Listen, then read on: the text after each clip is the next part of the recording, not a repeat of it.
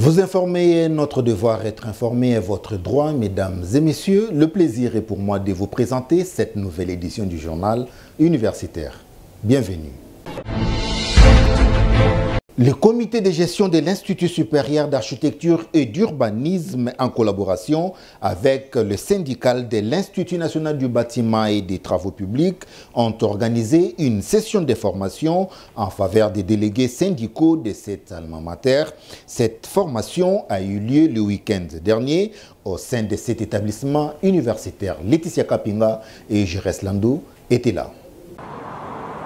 C'est dans les soucis de présenter aux délégués syndicaux de l'Institut national des bâtiments et des travaux publics la loi mise en place sur la manière dont l'employeur doit se comporter et comment procéder pour avoir la discipline dans l'exercice de leur travail que le comité de gestion de l'UNBTP en collaboration avec l'intersyndicale de cette institution ont organisé cette formation durant 3 jours au sein de cet alma mater. Plusieurs formateurs ont développé sur l'histoire des mouvements des ouvriers en RDC et en Afrique, la gestion des conflits collectifs et individuels. Plusieurs formateurs ont développé sur l'histoire du mouvement des ouvriers en RDC et en Afrique, la gestion des conflits collectifs et individuels. Prenant la parole, le professeur Fisma Kanzou, directeur général de l'INBTP, s'est dit satisfait de travailler désormais avec une délégation syndicale bien outillée. J'ai constaté évidemment cette nécessité de renforcer les capacités de nos délégués. Aujourd'hui, chose faite, au nom de l'INBTP et du comité de gestion que je dirige, je m'en vais vous remercier pour ça et féliciter aussi notre délégation syndicale elle-même pour ce souci aussi qu'elle a eu de se faire former. Souvenez-vous que dans une des correspondances, je vous ai dit nous devons installer un climat favorable au travail et surtout à la recherche. Et la formation nous amène à l'acquisition des compétences, des capacités qui nous aident, nous tous. Même moi, mon délégué qui était ici,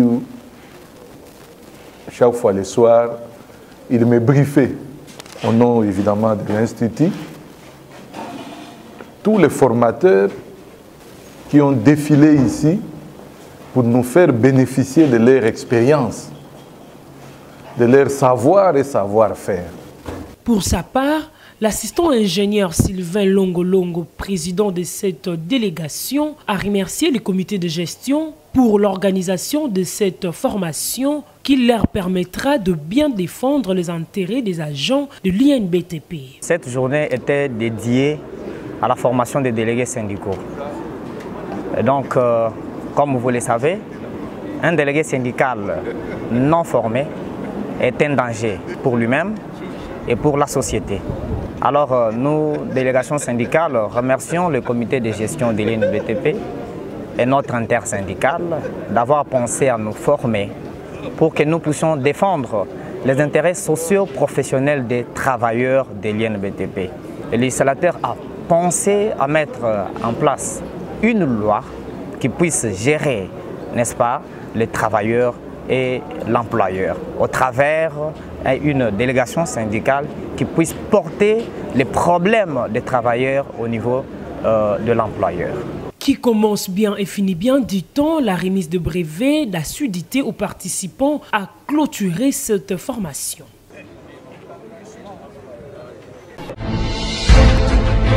L'Académie des Beaux-Arts de Kinshasa a tenu le symposium dénommé Table Ronde. Cette activité a eu comme thème le patrimoine culturel, colonial et partage entre la République démocratique du Congo et le Royaume de Belgique, de la recherche à la valorisation. Tonton Biongo et Valangolo étaient là.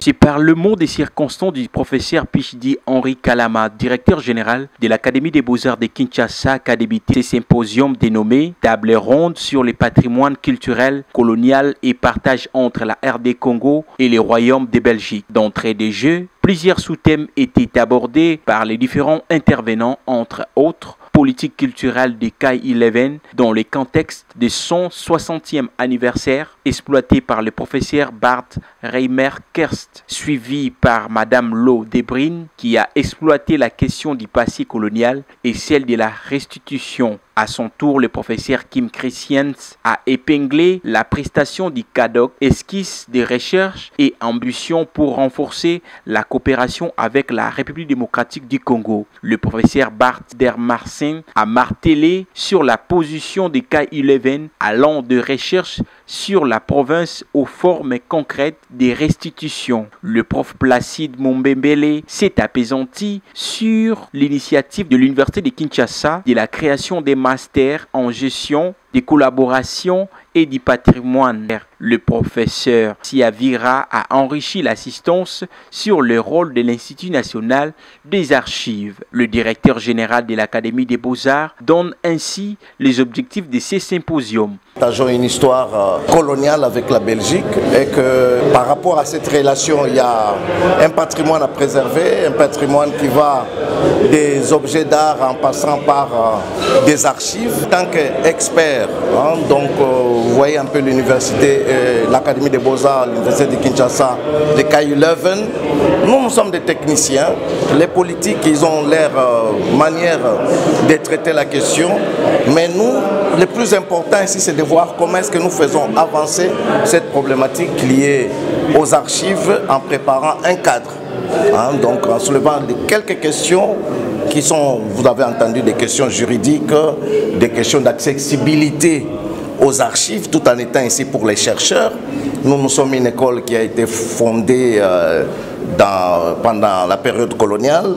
Les archives liées à cette école, les archives liées aux fondateurs de cette école. Donc je crois qu'il y a beaucoup plus à se réjouir de l'ouverture de cette problématique autour du patrimoine partagé que parler des conclusions. Très satisfait du bon déroulement de cette activité, le professeur Bart Reimer-Kerst place un mot. On voudrait se rendre compte ici sur place comment est la situation, puisque on a beaucoup de livres et tout ça à l'œuvre, mais je crois que c'est important d'avoir de la connaissance de la situation ici et aussi pour les gens d'ici, les Congolais, d'avoir des contacts à l'œuvre pour évidemment collaborer ensemble. Et donc je crois que c'est une tâche aussi pour les universités, pour les institutions d'éducation supérieure de ouvrir cette histoire aux gens et surtout aux jeunes.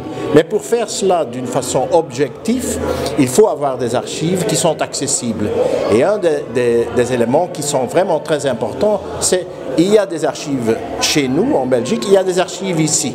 Et donc, il est essentiel de les regrouper, peut-être d'une façon par l'informatique, oui, et de numérisation.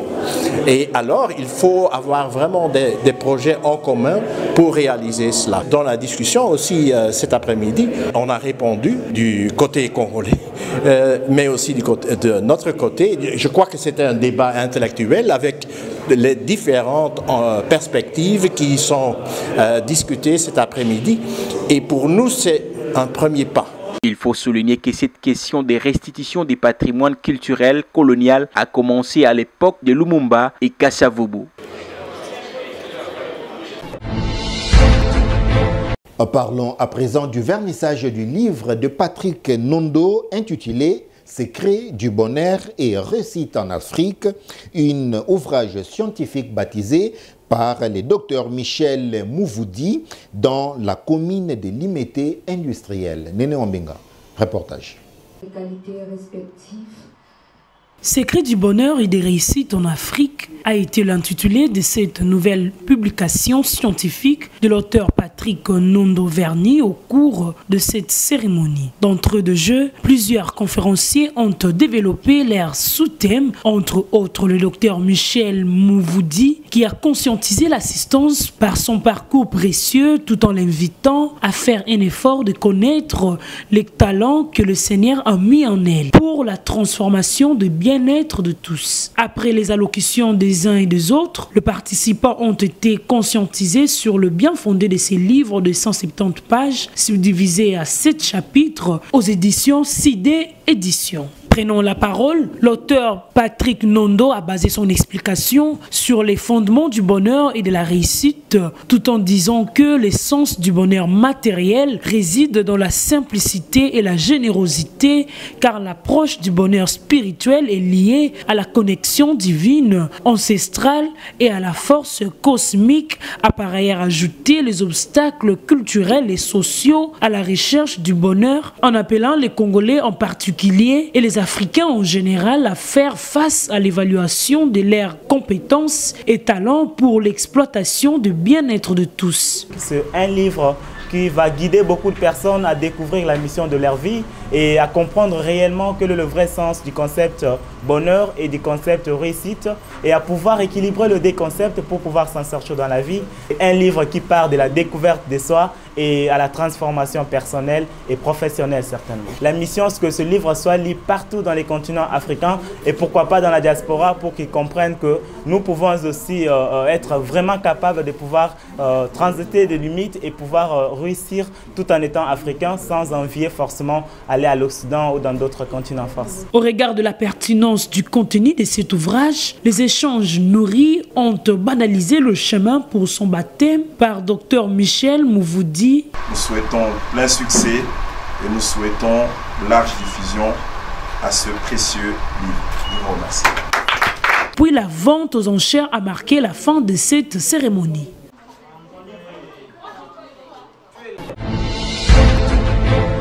La drépanocytose, comment faire face et réduire la menace dans la population congolaise, c'est le thème exploité à la journée scientifique de sensibilisation et action sur la drépanocytose organisée par Santé Queens en envie de lutter contre cette maladie. Cette activité s'est déroulée dans la grande salle des conférences de l'INRB. Suivez.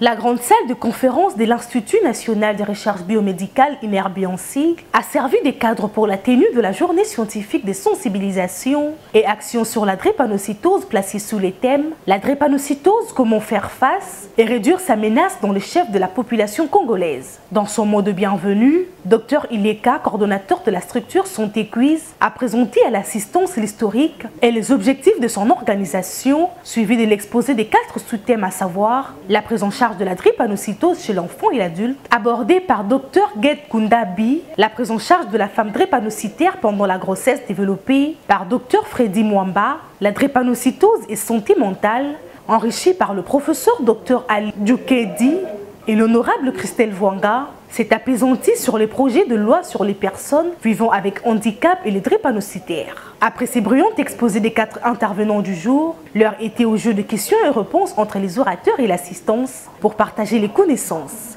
Motif de satisfaction des Dr Bienvenu Ileka, coordonnateur de Santé Quiz, qui est revenu sur l'objectif de cette activité. Il était question d'une journée de conférences scientifiques, mais aussi de sensibilisation sur ces problèmes majeurs de santé publique, mais aussi de santé mentale, qui est la drépanocytose. Alors pourquoi nous avons organisé cette activité? Tout simplement parce que nous voudrions conscientiser aussi bien le personnel de santé sur comment est-ce qu'ils pouvaient améliorer leur capacité dans la prise en charge de cette maladie, mais aussi toute la population, afin qu'elle soit d'abord informée, mais aussi outillée des connaissances, afin qu'elle puisse elle aussi faire face à cette maladie. Alors, si nous avons un message à lancer, principalement à nos autorités, comme il a été développé par notre invitée d'honneur et intervenante, l'honorable Christelle Vwanga, nous prions à nos autorités de bien mettre en place les mécanismes, les moyens, afin que l'accès au dépistage, afin que l'accès aux médicaments soit gratuit pour cette population qui est en train de souffrir, mais aussi de pouvoir améliorer les conditions de santé de la prise en charge de ces personnes. Aux personnels médicaux, nous allons tout simplement leur demander de pouvoir améliorer, s'améliorer de jour en jour pour une meilleure prise en charge de cette maladie qui est la drépanocytose. Et à toute la population, nous disons, allez vous faire dépister, parce que ce n'est que par le dépistage que nous pourrons briser la chaîne de transmission de la maladie et nous pourrons vivre un avenir sans la drépanocytose. À la sortie de la salle, l'un des intervenants souligne ce qui suit. La drépanocytose constitue un véritable problème de santé mentale qui mérite d'être élucidé et pris en charge comme dans la globalité. Il faut noter que cette conférence est clôturée par la remise des diplômes aux différentes structures qui luttent contre la drépanocytose et le dépistage volontaire. Remise des enveloppes consistantes et la prise en charge des frais scolaires pour l'année scolaire 2024-2025 de toutes les meilleures premières élèves qui ont réussi avec 75% et plus aux écoles de la ville de Chikapa par le fils du territoire, le député national André Mushongo Machara qui séjourne à Kasai pendant cette période de la vacance parlementaire. Suivez.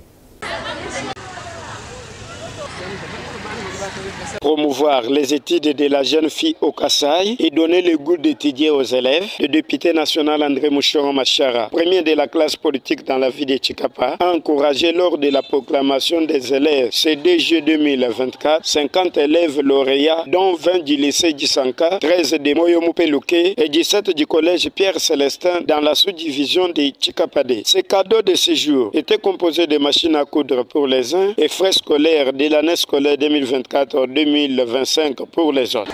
Je prends en charge les paiements ou les frais scolaires des premiers trimestres et deuxième trimestre de toutes les premières de la classe. Aussi, la première de la classe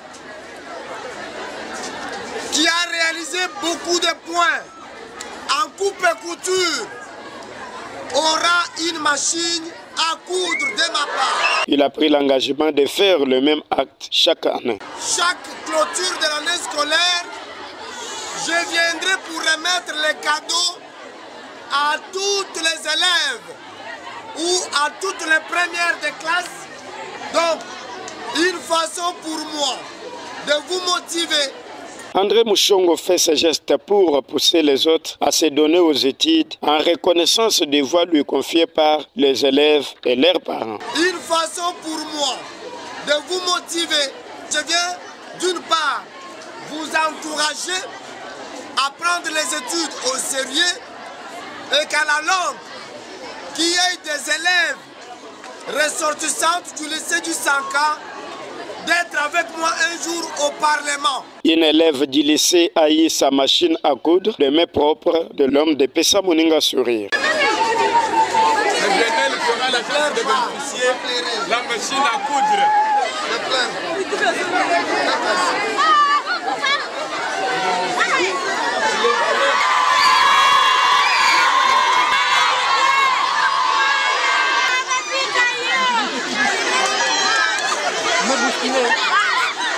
Fondi à larmes pour la surprise et les sourires bénéficiés, l'élève promet avec sa famille un soutien indéfectible à ses bienfaiteurs. Aujourd'hui, j'ai bénéficié de la machine à cause d'André Mushongo, puisque je suis sortie orientée au lycée du Sanka. J'ai dit merci à André Mushongo, que Dieu lui bénisse en plus. Ma famille aussi, tout va le soutenir. L'honorable Mushongo a souhaité voir dans les prochains jours ses élèves devenir comme lui. Et qu'à la longue, qu'il y ait des élèves ressortissantes du lycée du Sanka d'être avec moi un jour au Parlement. Mais ce sourire chaque fin de l'année seulement aux élèves premiers de la classe.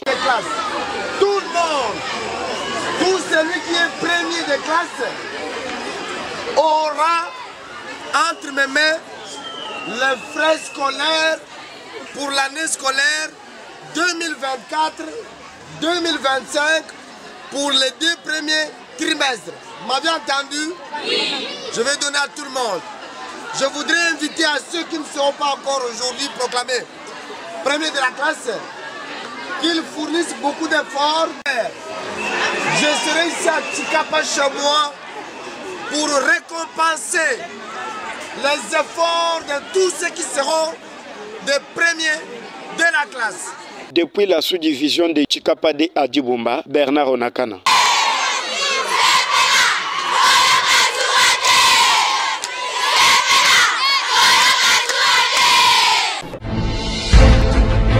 C'est par ici que nous bouclons complètement cette édition du journal universitaire. Mesdames et messieurs, si vous l'avez aimé, dites un grand merci à Cosma Longi qui était derrière la caméra, réalisé par le docteur Emmanuel Lema, coordonné depuis la ville de Tchikapa par les coordonnateurs André Mushongo Machara. Mesdames et messieurs, cette édition